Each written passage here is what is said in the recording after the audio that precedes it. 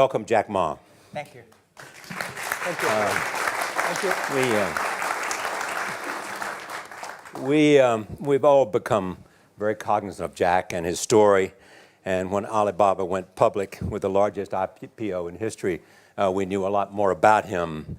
So I want to talk about his personal story. I want to talk about how many times he tried and failed and what kept him going.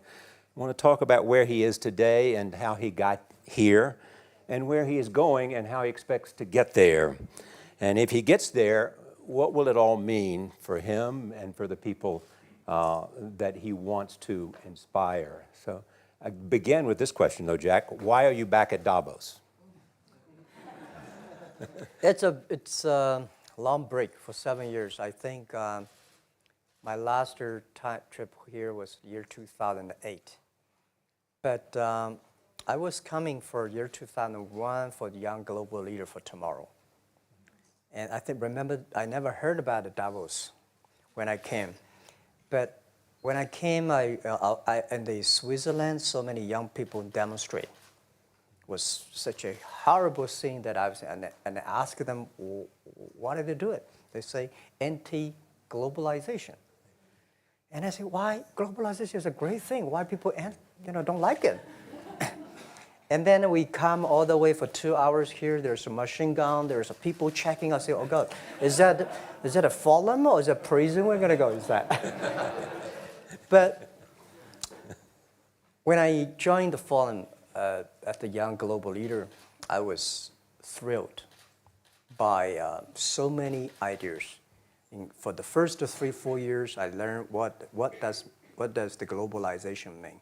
What does the corporate citizenship mean? What about social responsibility mean? All these new ideas, and I see so many great leaders talking about leadership, and I benefit a lot. And the year 2008 and 2009, when the financial crisis came, I think it's better to go back to work, because we can never win the world by talking.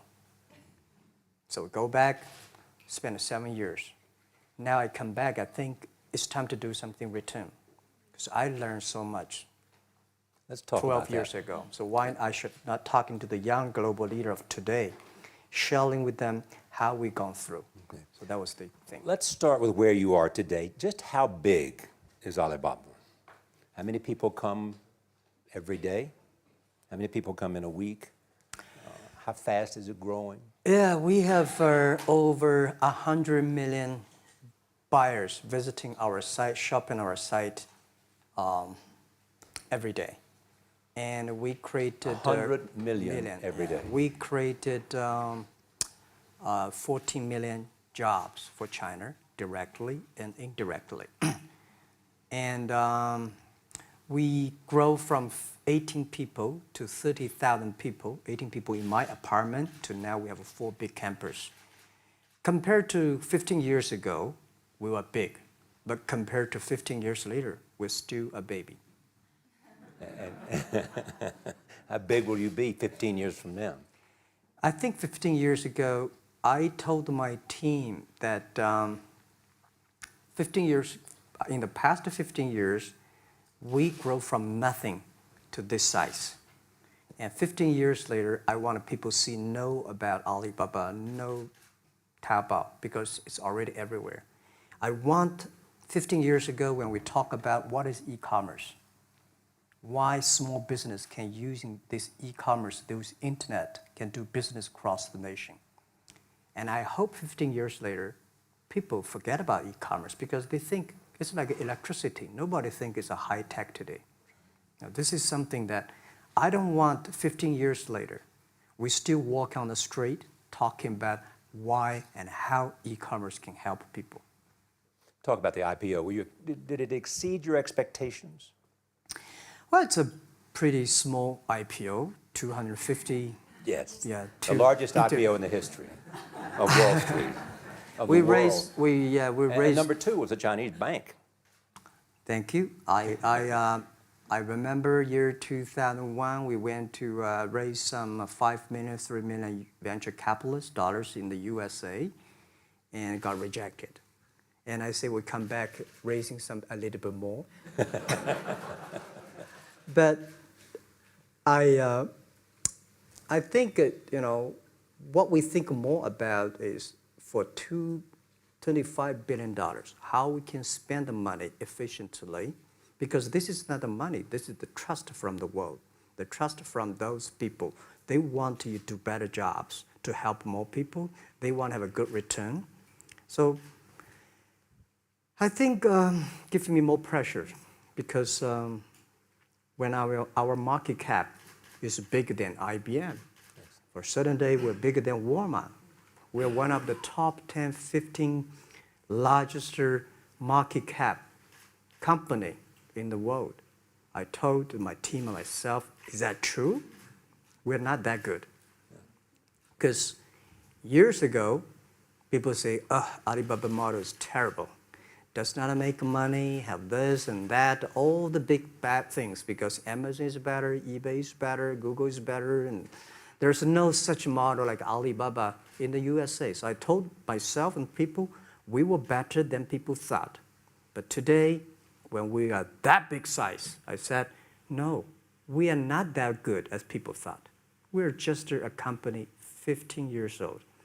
Average age is 27, 28 years old, young people. We're doing something that human beings have never tried. So I want to talk about the future. Let me take you back to when you were born in Hangzhou, where the headquarters still are. Yep.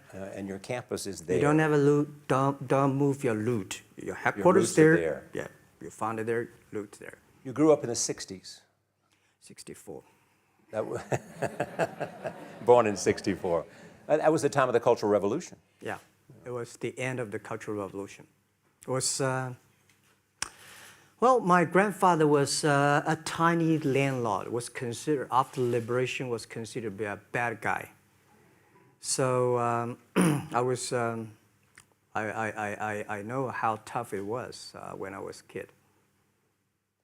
You tried to get into 3 colleges. Each time they rejected you. No, I tried. There is an examination that young people, if you want to go to university, you have to take the examinations. So I failed 3 times. Right. But a lot of fail. I failed for funny things that I failed a key primary school test for 2 times. And I failed 3 times for the middle schools.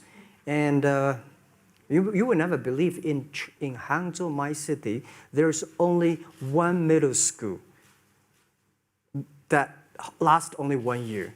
It was changed from primary school to middle school because our graduates of our school, no middle school accept us because we were too bad. Yeah. They would become a middle school.